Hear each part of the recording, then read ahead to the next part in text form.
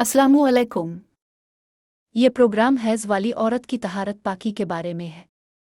इस प्रोग्राम में आप जानेंगे हैज़ वाली औरत के कपड़ों की पाकी, रोई गुद्दी और पैड सामने वाली शर्मगाह में रखने का इस्लामी तरीका। हैज़ और इस्तिहाज़ा में फ़र्क। हैज़ की कम से कम मुद्दत 3 दिन 3 रात है और ज़्यादा से ज़्यादा 10 दिन 10 रात है। अगर किसी औरत को 3 दिन 3 रात से कम खून आए या 10 दिन 10 रात से ज़्यादा दिन तक खून आए तो वो हैज़ नहीं बल्कि इस्तिहाज़ा है, यानी बीमारी का खून। इस्तिहाज़ा वाली औरत नमाज भी पढ़े, रोज़ा भी रखे और इससे जिमा करना भी दुरुस्त है। इस्तिहाज़ा की हालत में नमाज कज़ा करना जायज़ नहीं। अगर हैज़ वाली औरत के लिबास को खून और नजासत ना लगी हो तो हैज़ से पाक हो जाने के बाद लिबास को तब्दील करना वाजिब नहीं। हैज़ वाले कपड़े सिर्फ इस सूरत में नापाक हो जाते हैं अगर उन्हें हैज़ का खून लग जाए।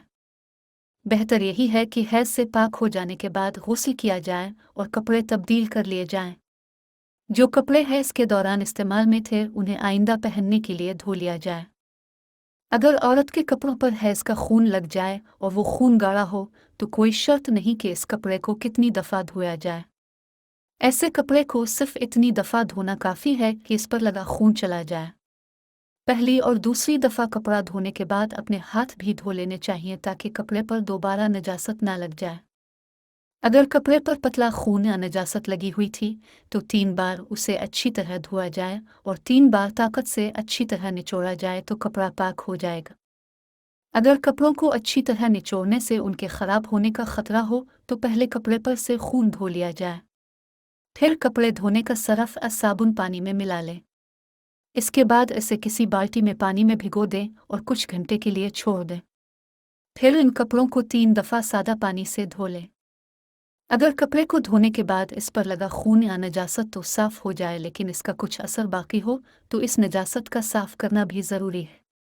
लेकिन अगर वो नजासत दूर ना हो रही हो तो सिर्फ 3 दफ़ा अच्छी तरह कपड़ा धो लेने से कपड़ा पाक हो जाता है। हैज़ वाले कपड़े को वॉशिंग मशीन में ना धोएं। ऐसा करने से वॉशिंग मशीन में नजासत रह सकती है और अगर दूसरे लोगों के कपड़े भी इसी मशीन में धुलेंगे तो वो भी नापाक हो जाएंगे। बेहतर यही है कि हैज़ वाले कपड़े अलग धोए जाएं।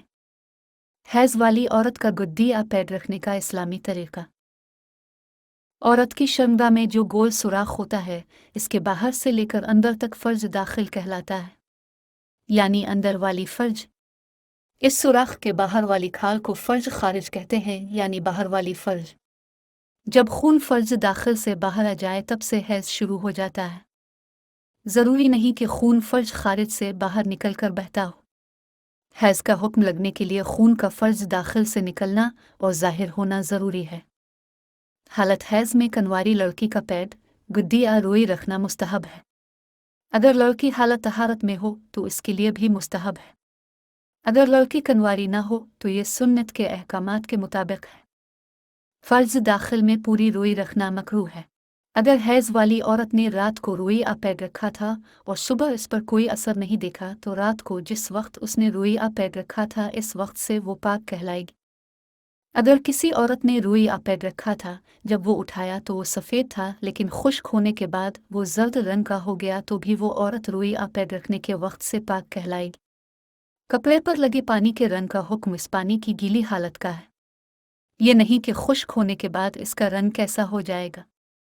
अगर कपड़े पर जो गीला पानी लगा हुआ था वो सिर्फ सफ़ेद रंग का था तो ये औरत पाक है।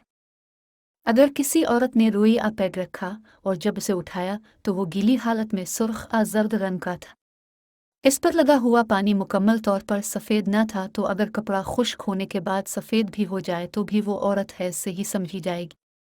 हैज़ से पाक कहलाने के लिए ज़रूरी है कि औरत के पैड या रोई पर लगा हुआ पानी गीली हालत में बिल्कुल सफ़ेद हो। सूखने या खुश्क होने के बाद इस पानी का रंग किया हो गया, उसको अहमियत नहीं दी जाएगी। अगर आपने अभी तक हमारे चैनल को सब्सक्राइब नहीं किया तो सब्सक्राइब करें। इस वीडियो को लाइक और शेयर करें ताकि ज़्यादा से ज़्यादा लोगों को फ़ायदा पहुंच सके। इजाज़त दीजिए।